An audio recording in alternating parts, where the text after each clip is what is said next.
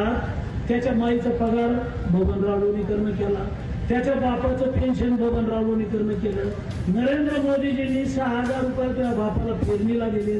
तुझ्या माईच्या, तुझ्या बहिणीच्या, तुझ्या बायकोच्या नावावर लाडक्या बहिणीचे पैसे आले. तुझ्या अंगावरचे कपडे. याच्या तोंडावर त्या सभेमध्ये बसलेल्या एखाद्या शेतकरी पुत्राने भिर्र दिशेने चप्पल का भिरकावली नाही, हा मला आता पडलेला प्रश्न आहे.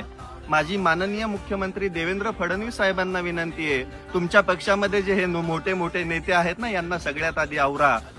शेतकऱ्यांवरती बोलत असताना, कष्टकऱ्यांवरती बोलत असताना, आया बहिणींवरती बोलत असताना यांची जीभ का घसरते, यांना स्वतः मगरुरी कुठून येते. अरे तू जनतेने निवडून दिलेला आमदार आहे, भाडखाऊ लोकप्रतिनिधी आहे तू, आणि तुझा फक्त तिथं देण्यासाठीच बसलेला, तिथं अधिकार फक्त तुझा बघण्यासाठी आहे. जनतेचे प्रश्न, जनतेची अडचणी, जनतेच्या प्रॉब्लेमला सॉल्व्ह करण्यासाठी तुला निवडून दिले. तू जनतेचा नोकर आहे, तू मालक नाहीये जनतेचा.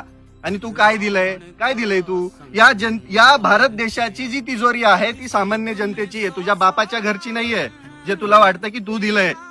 अहो लाजा वाटत नाही त्या लोकांना. आणि मुळातच यांची चूक नाहीये, चूक आपली आहे, आपल्या सामान्य जनतेची चूक आहे. याच्या समोर बसून सभा ऐकणाऱ्यामध्ये एकही शेतकरी पुत्र नव्हता का, एकही स्वाभिमानी पोरगा नव्हता का? असायलाच पाहिजे होता, पण नाहीये. हे शंड झालेत, आपल्या रक्तामध्ये पाणी मिसळलंय, आणि म्हणून आपण लोक शंड झालोत. आणि आपल्याला काहीही बोललं तरी फरक पडत नाही, कारण की आपण यांचे गुलाम झालोत. 1,500 रुपयासाठी गुलाम झालोत, 3,000 रुपयासाठी गुलाम झालोत, 6,000 रुपयासाठी गुलाम झालोत. आणि ही वस्तुस्थिती आहे. माझं बोलणं तुम्हाला बिलकुल पटणार नाही, पण हीच वस्तुस्थिती आहे. हा भारत देश भविष्यामध्ये गुलामांचा देश म्हणून ओळखला जाईल, कारण की इथं प्रस्थापितांनाच एक वाटायला लागले. ते वाटतंय म्हणजे काय, इथली जनता गुलाम आहे. यांना थोडेसे तुकडे फेकले की आपल्या मागच फिरणार आहेत, आणि ही वस्तुस्थिती आहे.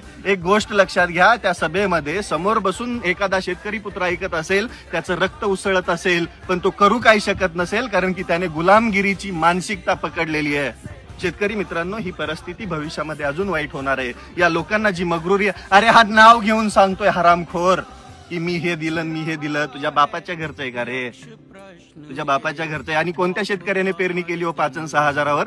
5 आणि 6 हजारात तुमची पेरणी होती का? अहो शेतकऱ्यांना, तुम्ही अजून पण जागे व्हा. एक दिवस तुम्ही गुलाम होणार, आणि ही वस्तुस्थिती आहे. या वाचाळवीरांना आजच आवरलं नाही, यांच्या ढुंगणावरती रुमणं पडायला पाहिजे. जर यांच्या तोंडामधून शेतकऱ्यांबद्दल बरळायचा जर विषय आला ना, यांच्या ढुंगणावर रुमणं पडलं पाहिजे. आणि ती परिस्थिती आम्ही आणणार, आणि ती एक दिवस येणार, कारण की हा क्रांतीचा लढाई, हा शेतकऱ्यांचा लढाई, हा सामान्य जनतेचा लढाई. यांना वाटतंय विरोधक नाहीये, पण यांना काहीही बोललेलं आम्ही खपकून घेणार नाहीत.